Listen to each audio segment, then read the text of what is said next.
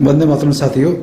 साथियों, मैं जो मेरा टाइटल है वीडियो का वो पढ़कर आप शायद चौंक गए होंगे, क्योंकि आप लोग भी सोच रहे होंगे कि एक तरफ तो मैं प्रदीप दीक्षित के बारे में, उसकी जो आदतें हैं उसके बारे में सबको उजागर करता हूं, दूसरी तरफ मैं आर्थिक रूप से समर्थन देने की भी बात कर रहा हूं। इसमें मेरी बड़ी स्पष्ट मैं एक बात बता देता हूं आप सभी को, मेरा क्या कहने का आशय है।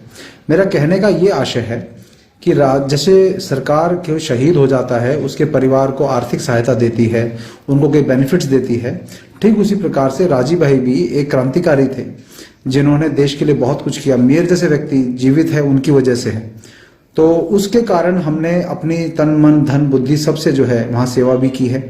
लेकिन अगर प्रदीप दीक्षित उनके भाई वो इस योग्य नहीं है कि आंदोलन को आगे बढ़ाए ले जाए, तो आज इस प्रकार से राजीव भाई के पिताजी के फोटो को सर्कुलेट करके और उनका घर बिकने की नौबत आ गई है ये बोलकर पैसा मांगा जा रहा है, तो उसमें भी मुझे कोई आपत्ति नहीं है। लेकिन ये समझ में आना चाहिए कि राजीव भाई के परिवार को आप आर्थिक समर्थन दीजिए। जो देश के करोड़ों लोग हैं जो राजीव भाई की वजह से जिनका जीवन सुधरा, वो लोग उनके परिवार को समर्थन दीजिए, जरूर दीजिए।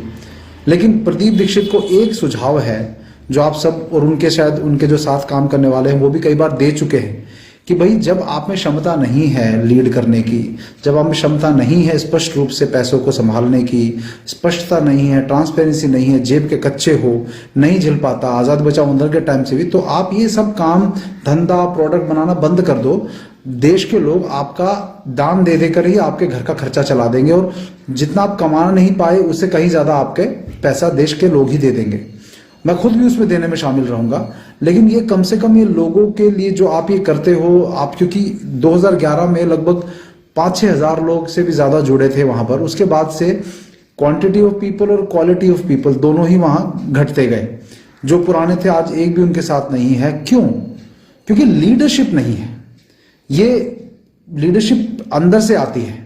आप सिर्फ राजीव दीक्षित के भाई हो, मैं जैसे मुझे फोटोग्राफी बहुत अच्छी आती है, तो जरूरी नहीं कि मेरे बाद मेरा भाई के अंदर वही गुण हो, नहीं, जरूरी नहीं है। जो भाई का गुण है वो करे।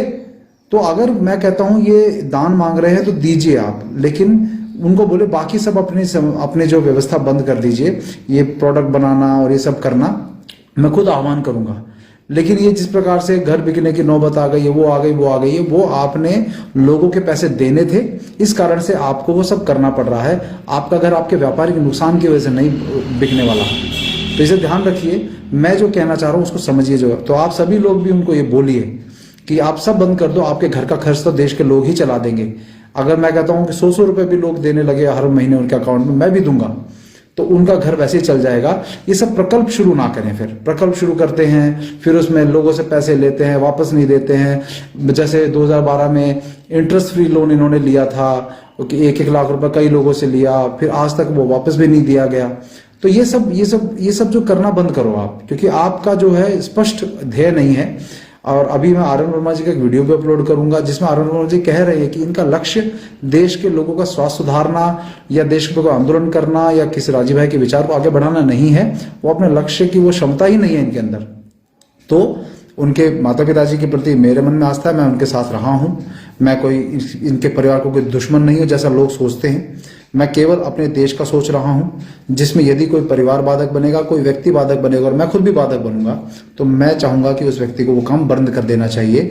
वो अपना काम धंधा दुकान खोलकर, या लोग राजीव दीक्षित जैसे शहीद का परिवार है उस कारण से उसको दान देकर भी हम लोग जो है उस परिवार को जो है अपनी जो जीवन है वो चलाने के लिए हम लोग सपोर्ट कर सकते हैं। कोई बड़ी बात नहीं है। लेकिन बाकी सब बंद कर दें।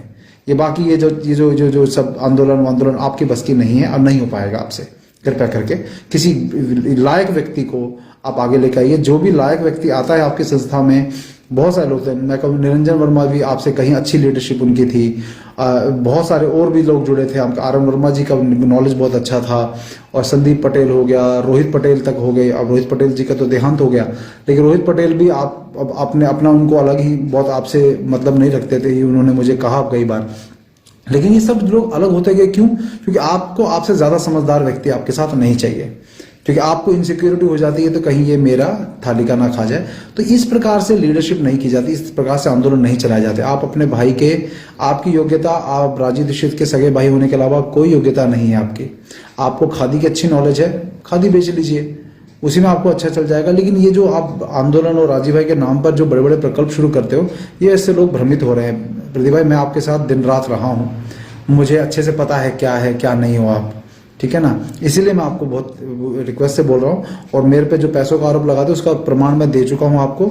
बहुत लोग मांगते हैं, मुझे बार बार देने की जरूरत नहीं है, उसका वीडियो भी बना चुका हूँ और सब कर चुका हूँ मैं। लेकिन ये प्लीज इस देश के लोगों को अपने तथाकथित झूठी और या मतलब जिस लीडरशिप आपके अंदर है नहीं, उस लीडरशिप को लेकर चलने का आप ढोंग मत करो। आपके बस की नहीं है, आपसे नहीं हो पाएगा। 12 साल तो हो गए लोगों को देखते हुए। एक ढंग की आप समाधि राजीव भाई की आप सेवाग्राम में जो स्वदेशी ग्राम में वहां नहीं बना पाए। हर साल समाधि के लिए लोगों आप पता नहीं नई समाधि बनाने का प्रयास करते रहते हो। 2012 में भी समाधि बनी थी, तब लोगों ने ईंटें लगाई थी। वो कहाँ जाती है ईंटें, कहाँ जाता है वो समाधि? तो एक समाधि तक खड़ी नहीं कर पाए आप ठीक से, क्या देश में आप खड़ा करोगे? कुछ नहीं कर सकते आप।